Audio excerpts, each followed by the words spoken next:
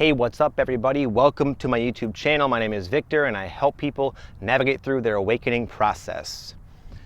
And this video is going to be about being stuck. I got a question the other day and I've had this similar question many times before, and I've been in this situation, so I figured I would share about it.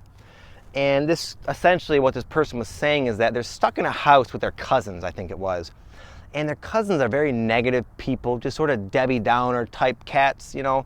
And they feel that these people, these cousins of theirs, really affects their energy. It always drains their energy, makes them kind of get into a negative mood. And as they put it, brings out the worst in them, brings up intense feelings of resentment and aggravation and frustration and lack of acceptance within them.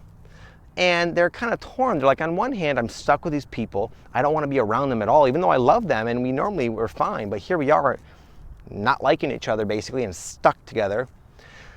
So on one hand, they want to get away and just like somehow move out quickly and just kind of avoid the situation. On the other hand, and this is very smart of them, and that's why I wanted to make this video, they sense that, you know what, maybe this situation is there for a reason, because these intense emotions that are being invoked in myself, maybe that's helpful. Maybe I should examine that and not run from a sort of spiritual catalyst situation in these people. And that's exactly right. There's two ways I want to address this. Number one, you're never really stuck anywhere. I get that all the time. Well, I'm stuck. Well, okay, then you're going to be stuck. You believe you're stuck, then you close yourself off to any and all possible solutions that could come in. Trust me, you're not stuck. Your brain might not be able to currently see its way out of it from its very limited vantage point, but your higher self, nothing's that big of a deal or challenge for your higher self. Trust me when I say. And it always comes in very surprising ways. Your higher self can get you out of that situation anytime you really want it. Anytime you take responsibility and open yourself up to solutions, solutions come. But we tend to, in a sense, sort of paradoxical here, be stuck at times. But as this person gleaned, for good reason. I found myself stuck like this in several situations. One of them that comes to mind, a real powerful example for myself, was when I used to own a gym, like I mentioned to you guys many times. It's relevant in certain situations. Anyway, I had this employee of mine. He was a good friend of mine. His name was Marv, and he was my martial arts instructor for a while. We became real good close friends. Eventually I hired him as a trainer and an instructor.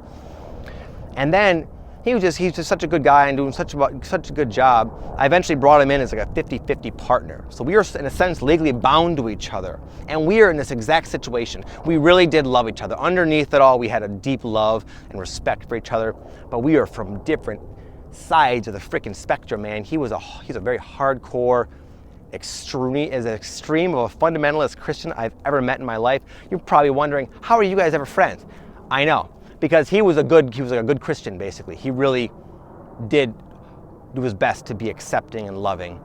But we didn't, you know, we butted heads a lot. We are both very intense, unique, free-thinking sort of personalities. And when you're in a partnership like that, you have to always compromise. So we invoke these intense emotions within ourselves. One day, I'd walk into the gym, and I could feel it instantly without even looking at it, without even seeing him. He'd be back like training people.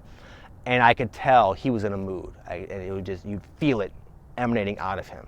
And I would have the same exact effect on him. And we were just constantly bringing this out within each other. So in a sense, we were stuck.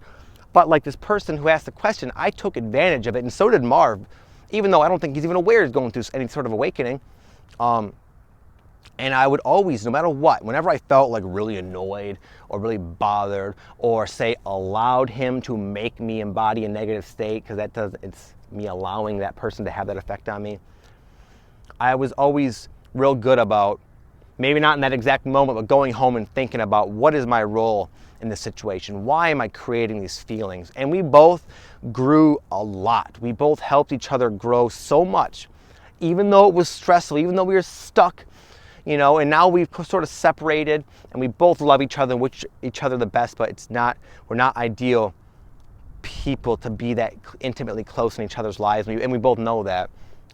But we both got value out of that situation. That's what I recommend to you guys. If you're ever stuck, for one, don't be so pessimistic and limiting and saying you're stuck. Say, well, this is where I'm at in life. What can I do? How can I make the most of it? And the faster you use what's in front of you, the faster you, again, embrace the stuckness of your situation, the illusory stuckness, the faster, ironically, you'll get yourself out of there. Does it sometimes take a lot of time and effort? Yeah. Maybe longer than you want? Yeah. But so what? It's not going to resolve itself until you get on the ball and start rolling, start doing something. A lot of people are financially stuck, have forced to live with their parents or their in-laws or something like that.